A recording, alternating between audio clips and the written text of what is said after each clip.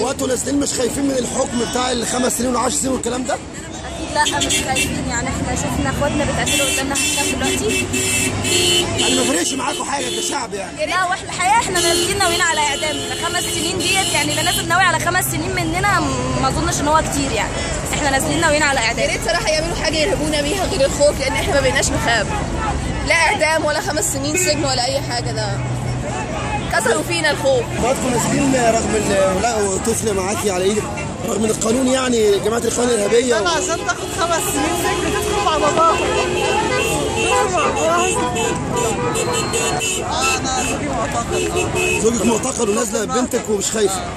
يعني تقريبا عشان تدخل معاه وتكمل المسيره. هم اللي واخدين. انتوا عايزين تجيبوا بره معاهم يعني. تحبي تقولي للسيسي وابراهيم اللي معتقل زوجك؟ نقول له ايه؟ نقول له مكملين غصب عنك، ولا حاجتك ولا اي حاجه هتخوفنا ولا اي حاجه هتأثر فينا اصلا. بس زوجك ارهابي يعني؟ صيدلي ارهابي. انتوا بقى 5 سنين ولا 10 سنين ولا اعدام ولا مش هتخبط حضرتك؟ حسينا جايه من عمر حضرتك ان شاء الله. لا يا حضرتك يعني اللي نازلين مع الاخوان الارهابيين الوحشين دول يعني.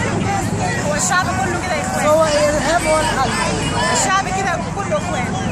يعني انت حضرتك مواقف الشعب كلها نازله في الشارع وضد الانقلاب العسكري وضد الوحشيه والقمع بتاع الداخليه. ونقول دايما الداخليه بلطجيه ومكملين صامدين، وان شاء الله باذن الله هننتصر. يعني القانون اللي عملوه ده والقرار اللي عملوه القرار السياسي ده ما اثرش في الشعب يعني؟ بالعكس، ده بيدينا اصرار وحماس ان احنا مكملين، لان احنا على حق وعمرنا ما هنخاف، لان احنا على حق.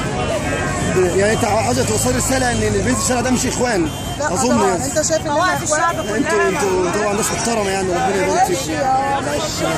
وجه رساله للشعب وعامه الشعب، نقول لهم ان احنا مواقف الشعب كله موجود في الشارع ضد الانقلاب العسكري وضد القمع بتاع الداخليه، مش بس هم الاخوان اللي في الشارع. انتوا زمايلكم معتقلين بتهيالي دلوقتي واخدين 15 يوم، انتوا نازلين مش خايفين؟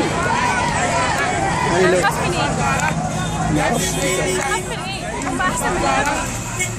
اللي اعتقلوا دول احسن مننا في ايه؟ احنا هنكمل مشوارهم وما يخافوش. احنا عمرنا في حياتنا ما هنخاف، وهنفضل ننزل لحد اخر يوم في حياتنا.